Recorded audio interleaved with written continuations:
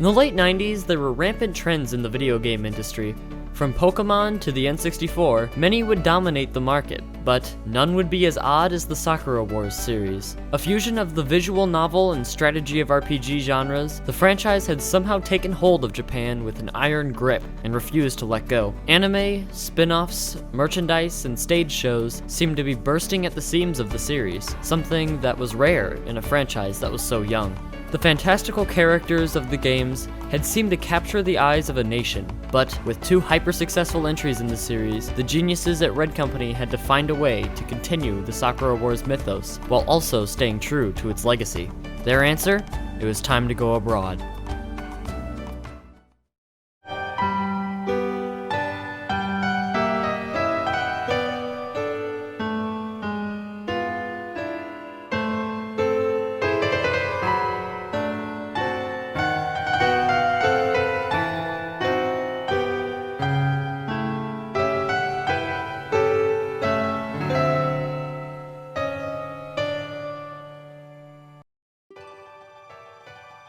As always, new entries and new franchises take time to perfect, so Sega had to continue their long trek into other mediums. Out of the gates would come the sequel to Oka Kenran, Goka Kenran, or The Radiant Gorgeous Blooming Cherry Blossoms. Coming out between December of 1999 and December of 2000, this OVA focuses on Ogami, reminiscing about various events that took place during Sakura Wars 2, in anticipation for the hotly awaited sequel.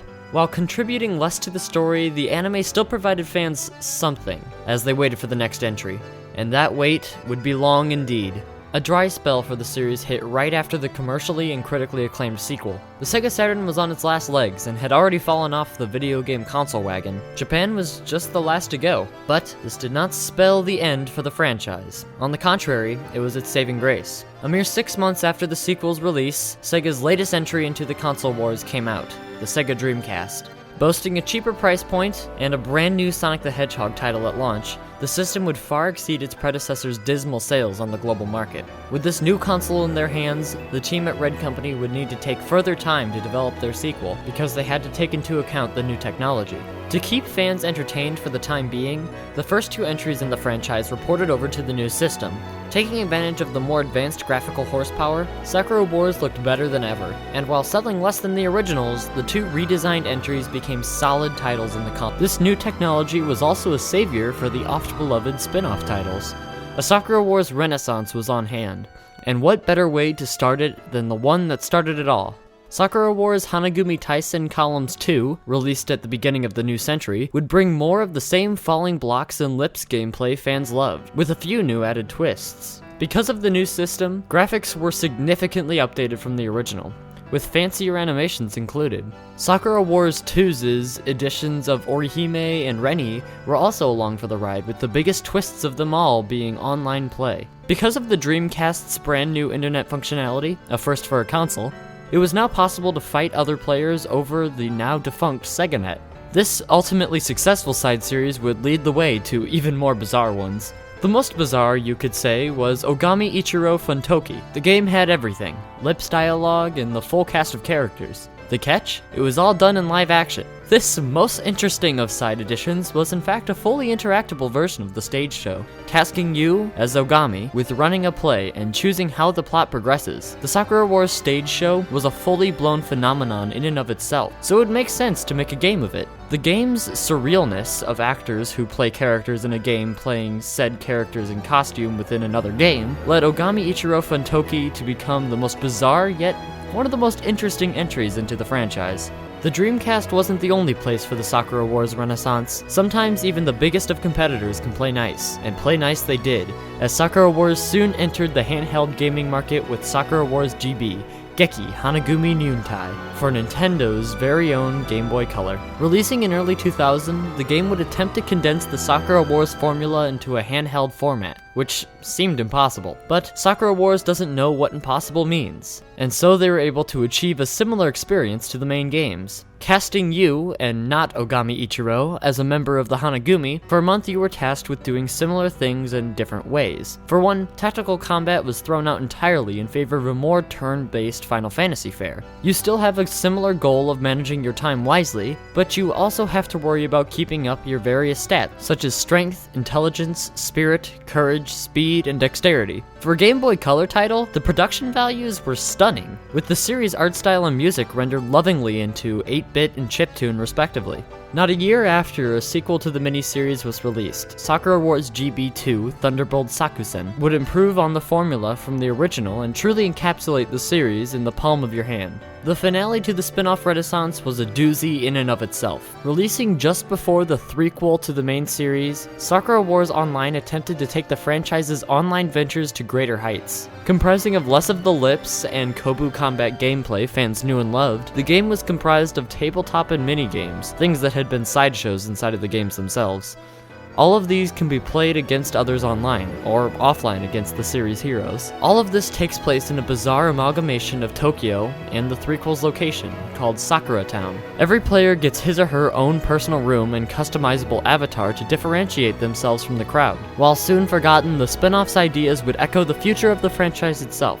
Sakura Wars Online may have been the culmination of spin-off territory, but the animation department said otherwise. Departing from its standard OVA adaptations, a full 25-episode anime series was created. Retelling the original story, the anime would try something that no one had really thought of, casting away its romantic subplots. Instead of Ogami in the lead role as usual, this time it was Sakura who took the spotlight. Sakura Wars TV was experimenting with something new, seeing if the series can last on just the characters' performances and the plot themselves. This move, however, turned out to be a winning tactic. The Sakura Wars TV show soon became the pinnacle of animation for the series at large, setting the bar for those who would come after it, proving once and for all that fans loved this series for its characters and less for the romance. While the OVAs had taken a minor stamp on the world stage at large, the TV show became something even bigger. What had once been a niche sector of anime had become a major contender overnight. Sakura Wars was known the world over for amazing animation, characters, and storytelling. It would seem like nothing could touch this franchise except solid gold,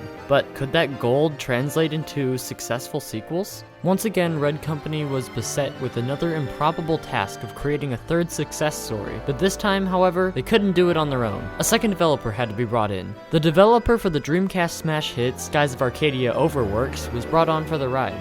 Now, with more manpower on their side, they could take the time to craft an even better experience than before. But this time, they would be building it from the ground up. New consoles mean new engines, but the first new thing that Red and Company would truly need is a name. In true series fashion, another war poem was picked, one that coincidentally had to deal with the sequel's new location, Paris. Pariwa Matieru Ka, or Is Paris Burning? This is a famous quote uttered by the epitaph of evil, Adolf Hitler, as he ordered the German soldiers to burn the city down as they were fleeing the Allied invasion during World War II. The city, however, did not burn, as the then general in charge, Dietrich von Choltitz, had grown to love the city for its beauty, and couldn't bear to tear it down due to the insane orders from the madman that was Adolf Hitler. Once again, a piece of history agreed with Heroi, that his romanticized vision of the world was not his alone.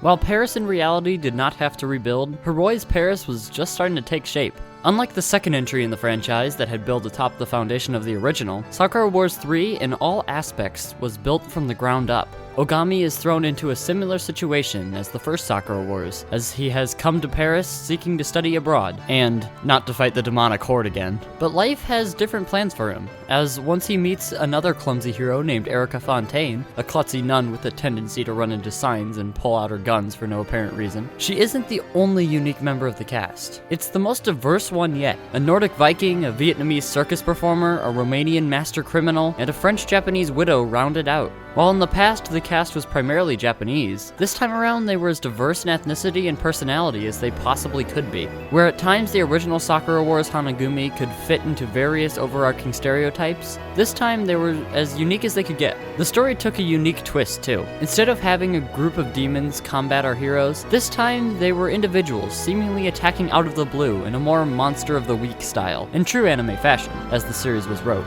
This gave more time for the characters to develop, as the new Paris Hanagumi were then unknown. Sakura Wars 3 was also a chance for Red Company to dive into Parisian culture and break away from their previous Japanese sensibilities. For example, take Chat Noir, the theater that the girls perform in. Unlike the Grand Imperial Theater, where Japanese and Western style plays are performed, Chat Noir performs a cabaret, a variety show of sorts with music, song, dance, and a little bit of drama.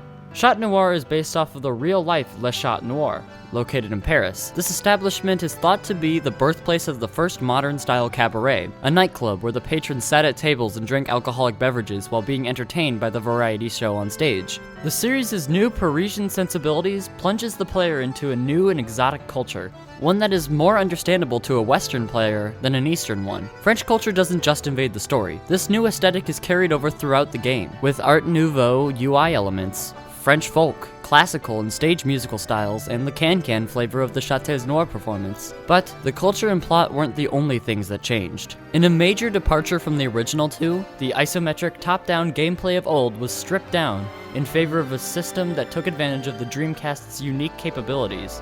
Rebranded with its own acronym, ARMS, meaning Active and Real-Life Machine System, combat finally leaves that isometric dimension behind and enters the third one. Instead of a grid-like system determining your movement, now the full 3D range was at your disposal. To keep the series' roots intact, action points were added in. These controlled how you moved and fought. Performing multiple attacks, one super large attack, or defending were just some of the options you had with these. This new system let Sakura Wars finally stand out from the strategy RPG crowd, as it was something all its own. Similar to the improved combat system, Sakura Wars 3 brings along a fully revamped experience across the board, with the high-resolution, full-frame art making a huge impact and causing the earlier games to feel cramped and quaint due to their hardware limitations. The free-roaming sections of the adventure now take place not only within the theater, but also in a fully three-dimensional section of Paris. The result of this makes clear how much the generational leap from Saturn to Dreamcast meant for the series. Speaking of which, all of the Dreamcast hardware gimmicks were put to use. While the lip system is still similar in nature to the original, a few new options take advantage of these gimmicks,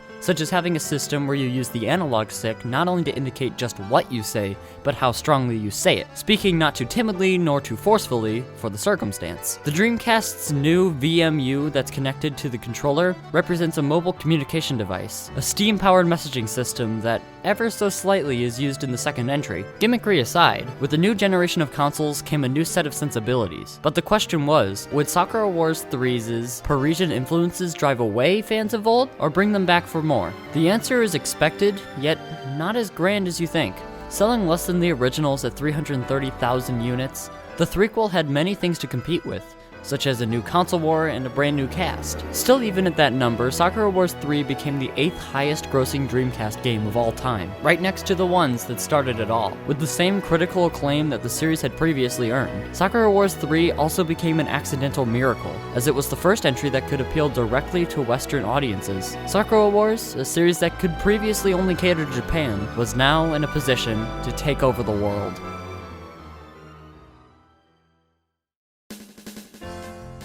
Hello dear viewer, and I just wanted to say thank you for watching another episode of Chronicles. If you left a comment down below about what you thought about the episode and left a like, that would be fantastic.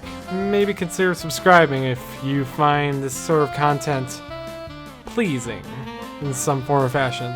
If you want to watch some more interesting videos than potentially mine, or as interesting, you can check out the featured voice actor for today, Hyperion, and his channel over here with his video on roots and a bunch of other stuff that he has going on there. Or you could watch our new Pokemon series that we got going on. It's of Almighty Mandals, and it's been going pretty well. Other than that, you can subscribe to me, subscribe to Hyperion, follow me in this channel wherever we go. And just have a fantastic day, viewer, and be sure to continue that thirst for knowledge.